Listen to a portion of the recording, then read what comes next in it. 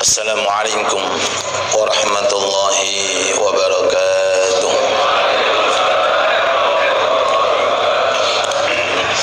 Alhamdulillah alladzi tawalat ladaina ni'amuhu wa 'atayah wa ja'alaha tilka kullaha lana fi hadhihi al-hayati min aqwa sulamin lis-sa'adati fid dunya wal ukhra. Allahumma adim salawatika wa salamaka ala sayyidina wa habibina wa syafi'ina Muhammad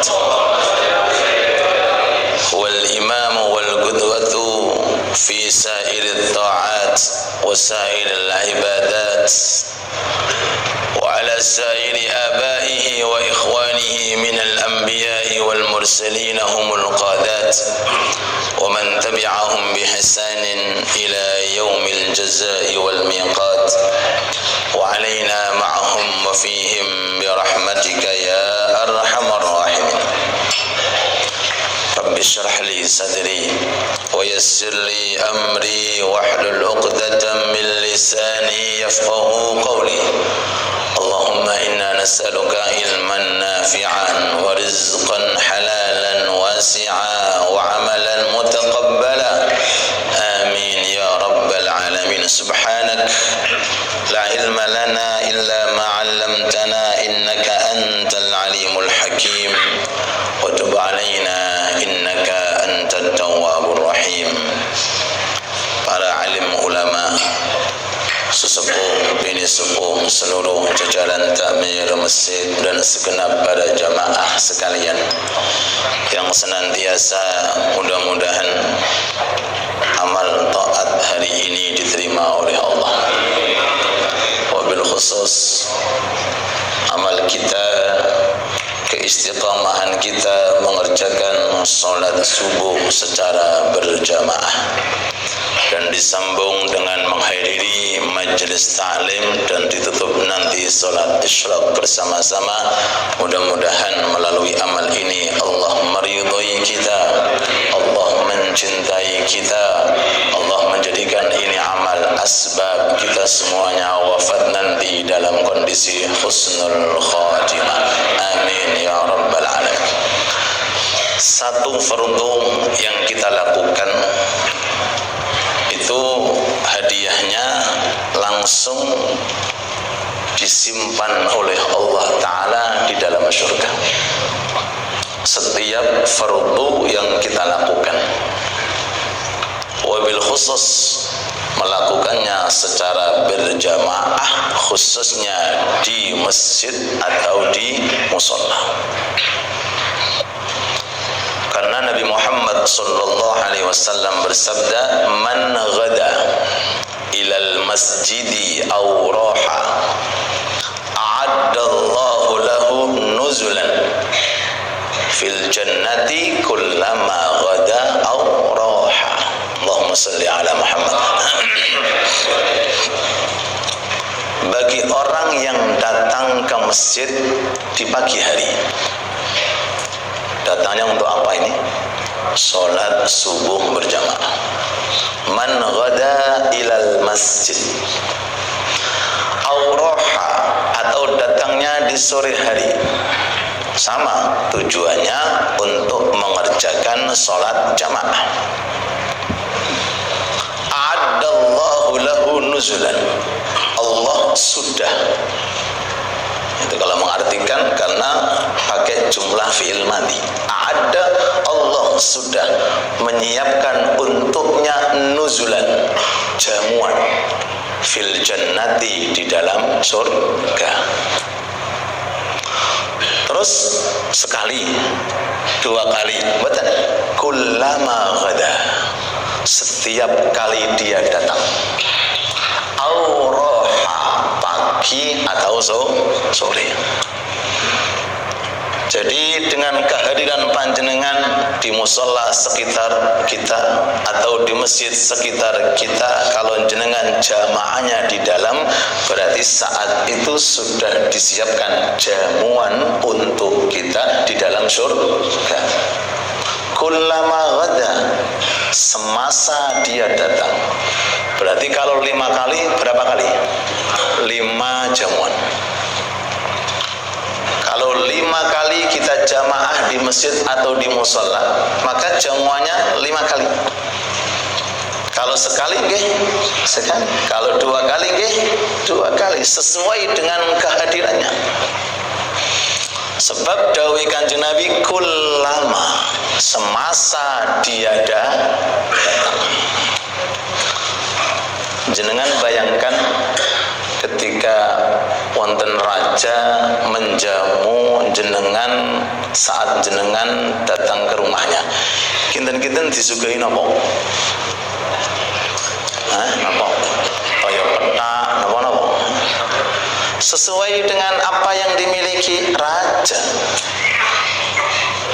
Hidangannya tidak seperti orang biasa.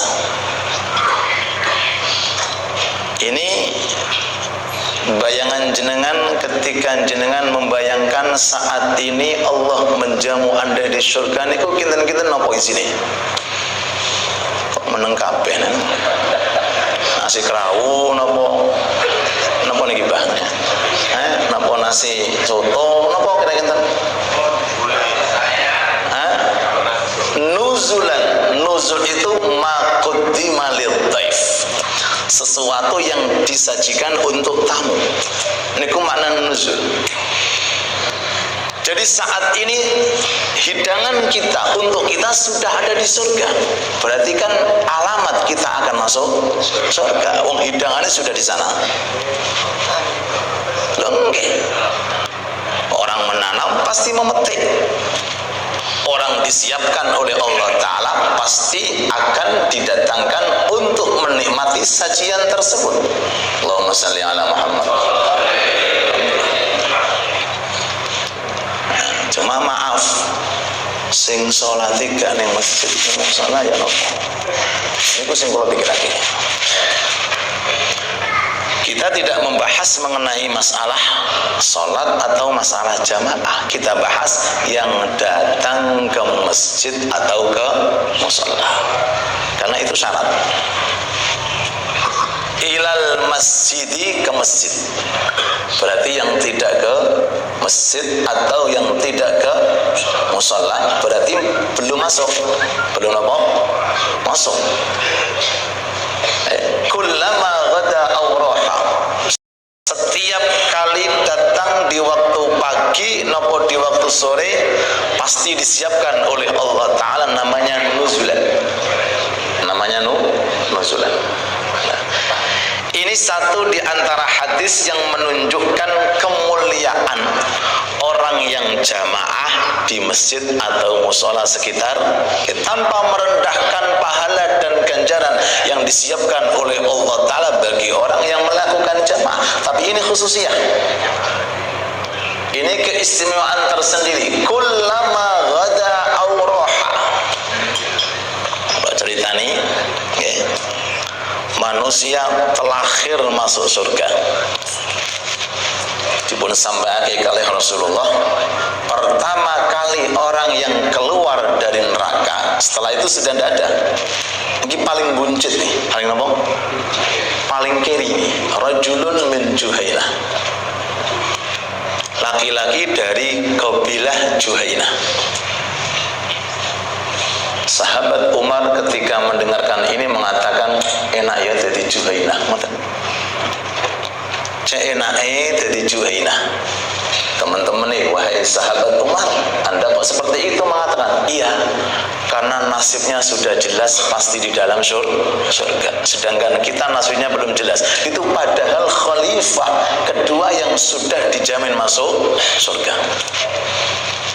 Ini rajul min Juhainah, ini terakhir masuk surga, diangkat oleh Allah Ta'ala sambil digoda. Jadi diajak guyon Nabi Allah. Kata Allah, ayo keluar. Gusti, tenang nih. Iya betul. Saya itu, iya betul. Pokoknya selama ada sebiji dzarrah iman, itu tidak mungkin abadi di surga, di neraka. Pas pasti akan dicari sama Allah, digoli sampai betul-betul yang ada adalah orang-orang yang jauh dari iman. Makanya kita alhamdulillah digolongkan termasuk orang yang beriman. Keluar niku merangkak orang. Merangkak. Okay. Akhirnya sama Allah Ta'ala disuruh, ayo maju di surga, maju. Saat itu Gusti, iya ayo mlebu saat itu. Jadi orang untuk mamang deh kok iso. Aku wis dolim ngene, maksud kok isih dilebokno apa? Swarga. Kali Allah Ta'ala digoda, ditampakkan surga seakan-akan ada satu porsi untuk dia.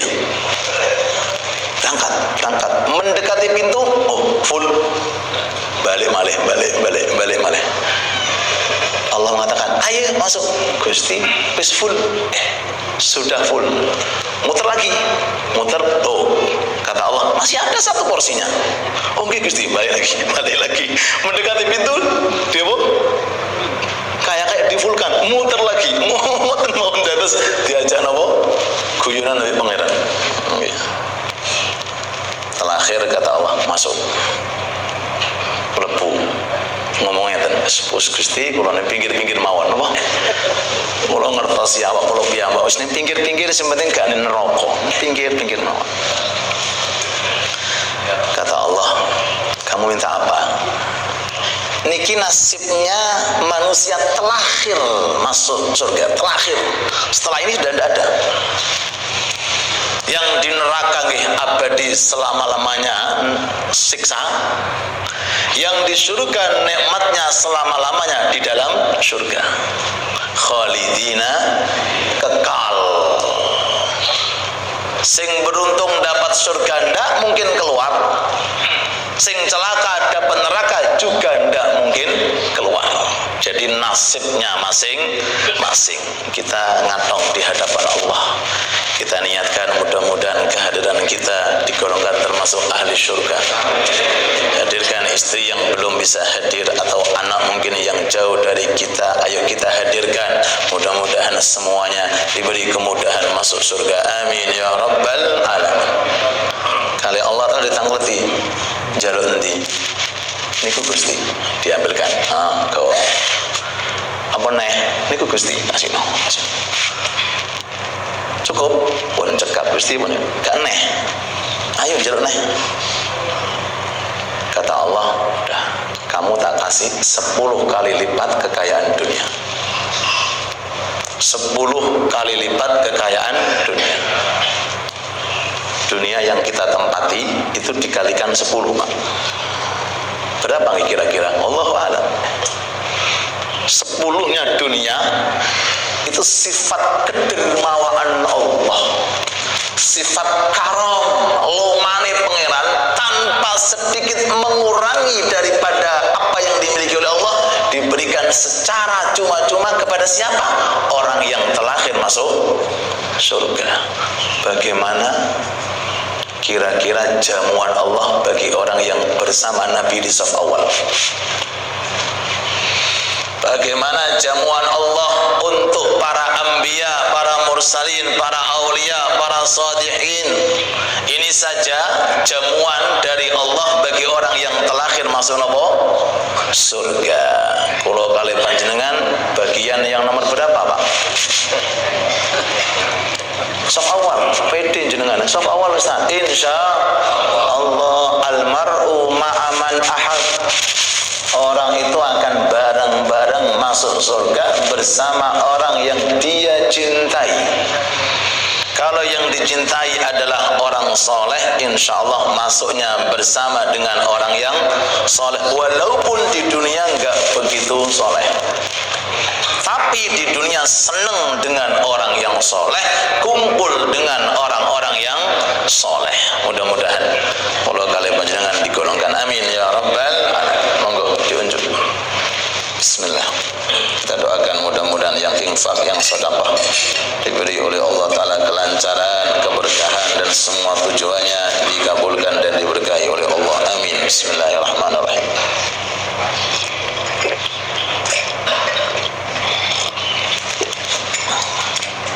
Hikmah yang ke-70.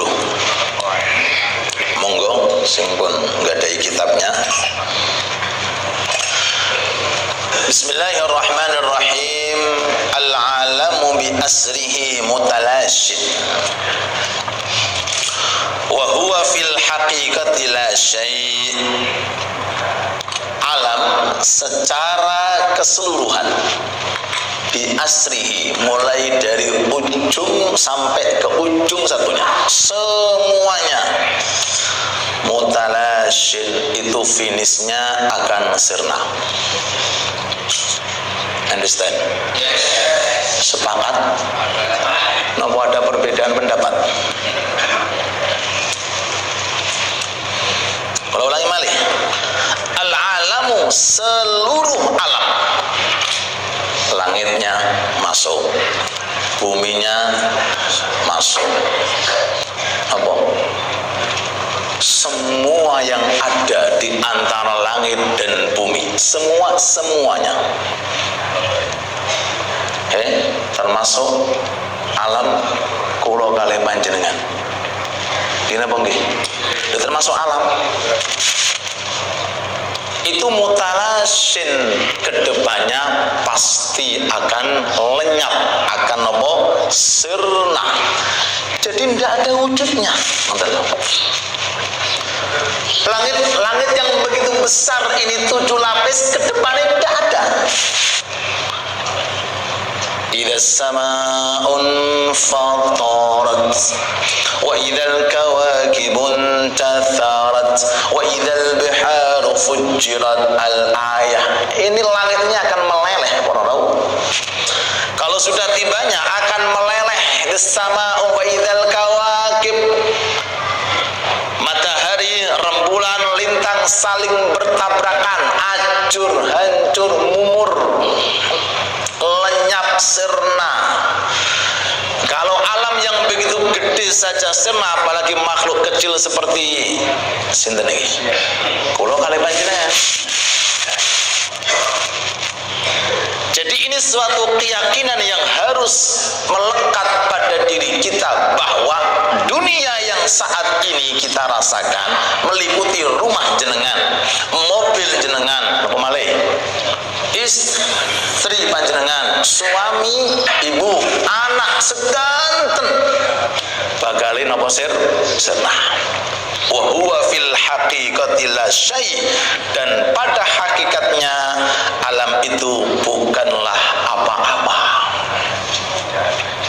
Bukanlah apa-apa karena asalnya tidak ada, kemudian diadakan oleh Allah.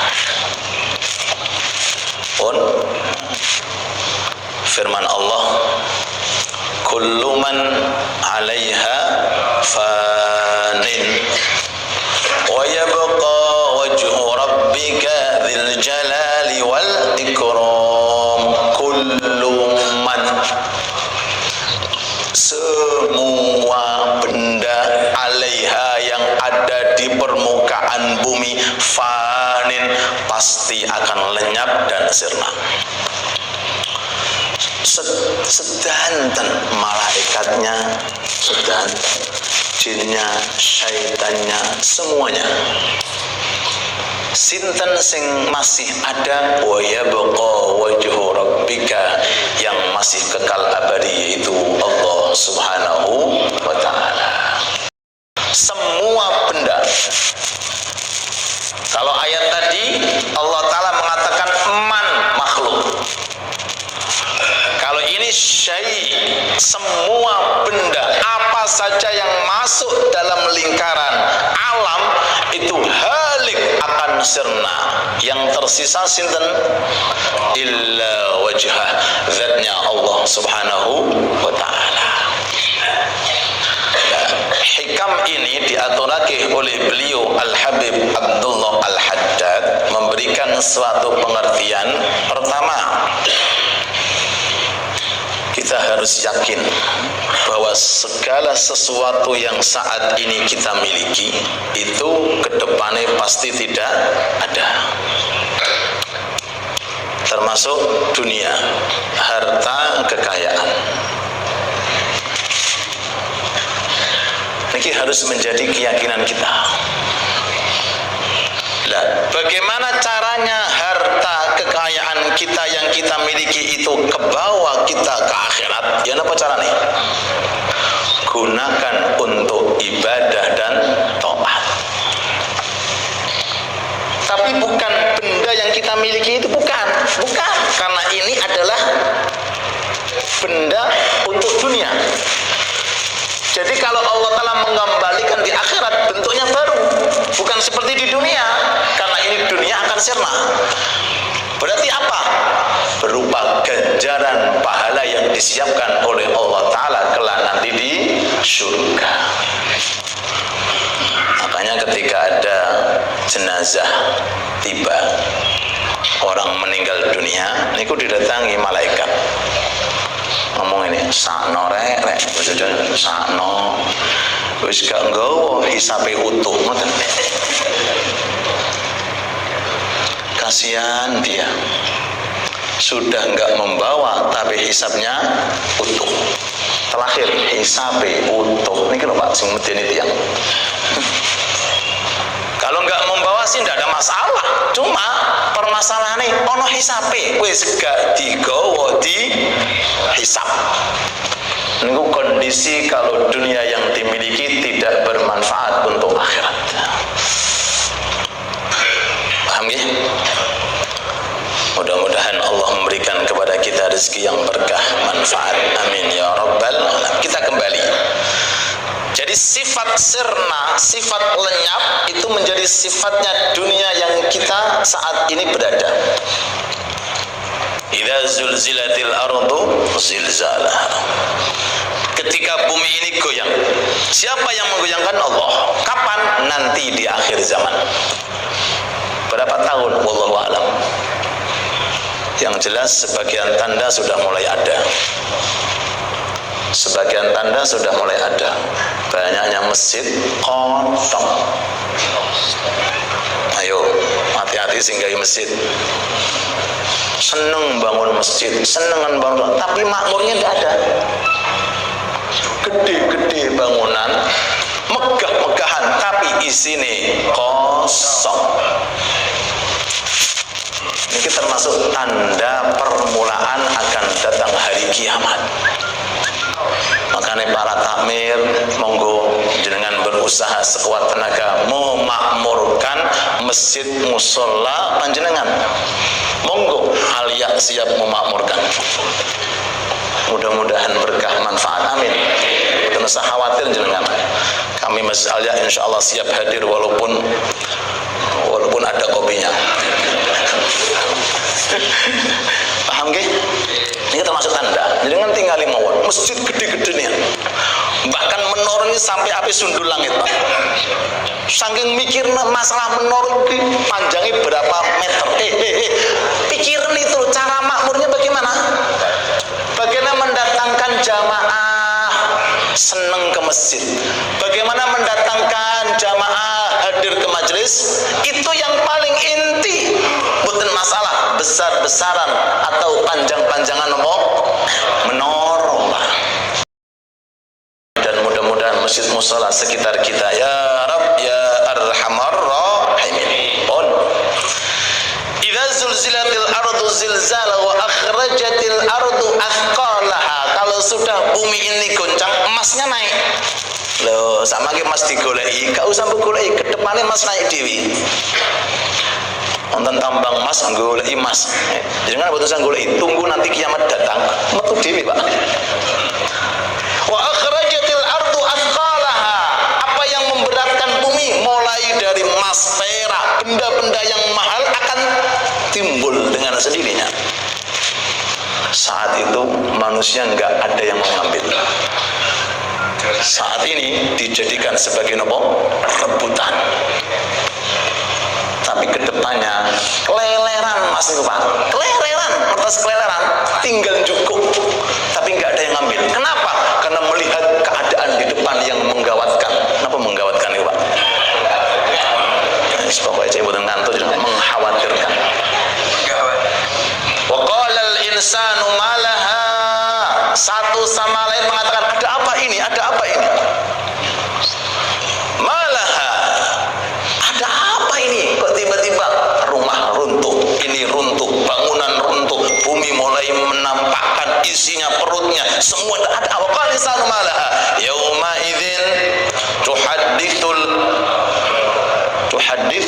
akhbaraha. Di saat itu akan terjadi apa itu? Informasi terkait tentang amalan yang dilakukan oleh manusia. Tuhadditsu akhbaraha bi anna rabbaka awhalaha yauma idzi yasdurun nasu ashtatan liyuraw. Saat itu apa yang dinanti-nanti bukan uangnya, bukan. Ini kabar dari Allah yang menciptakan akhirat, bukan apa yang dinanti, amalnya. Yang dinanti-nanti itu amal kebaikannya, hasil daripada amal melalui dunia yang telah dia miliki. Niki kedepannya dunia semacam itu. Oleh sebab itu, mumpung kita masih berada di dunia, yuk kita manfaat mendapatkan surga. Amin ya rabbal alamin. Ada orang kaya raya, sugih, bangun istana, belum pernah ada bangunan sehebat bangunannya. Dipoles, wis pokoknya indahnya luar biasa. Sumbari pemiliknya datangkan sing ngurusin bangunan apa sini? Desain. Wonten malih arsitek. Celuke kuwabeh sak donya arsitek. Datangkan, suruh mengecek mana kekurangannya. Datang orang arsitek 1, 2, 3, 4, 5. Gak ada seindah bangunan ini. Semua sepakat mengetahui bangunannya gak ada kekurangan. Ada satu orang arif billah, bukan arsitek, tapi arsitek akhirat. Arsitek apa? Arsitek dunia kan ngurusin dunia dan ini arsitek akhirat. Arsitek akhirat yang sudah dibukakan oleh Allah Ta'ala apa itu akhirat, perbandingan antara dunia dan akhirat. Melebet raja ono kekurangan sitok tok. Apa itu? Wongi bakal mati. Terus membuatan semuanya nggak berkurang, bagus. Cuma sayang kamu pemiliknya, kedepannya pasti nopo. Apa hasilnya? Membangun, kemudian mati tidak ke bawah.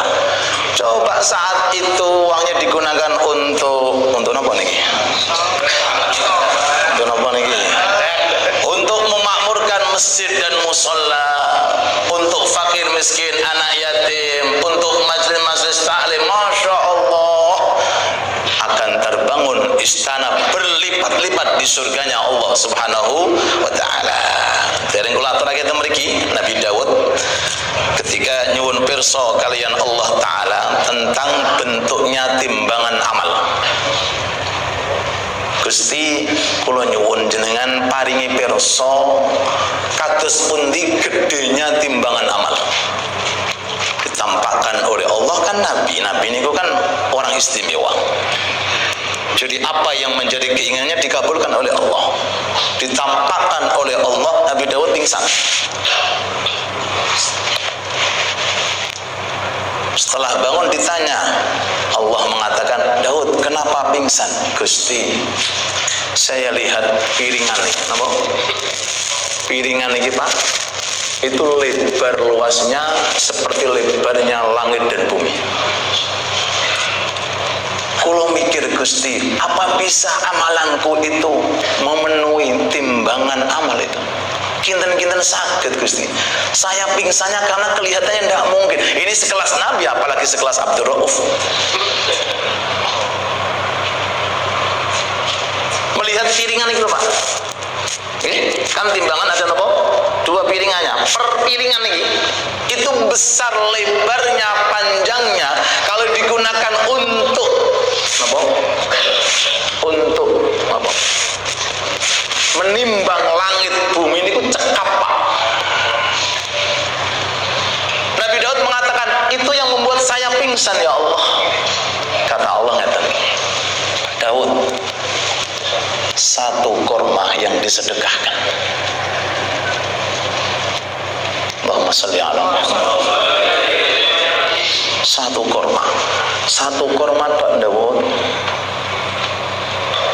engkau sedekahkan, aku terima dan aku ridho. Bisa aku jadikan satu kurma memenuhi timbangan amal. Satu langkah dari panjenengan, satu ayat dari Quran panjenengan, satu zikir dari panjenengan, kalau diterima oleh Allah sudah cukup dan lebih para rawuh. Maka intinya kita berdoa, Rabbana taqabbal minna innaka antas sami'ul alim wa tub alaina innaka antat tawwabur rahim.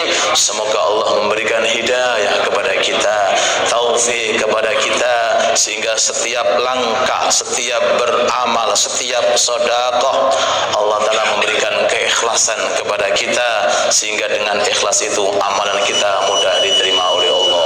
Amin ya rabbal alamin ya arhamar rahimin.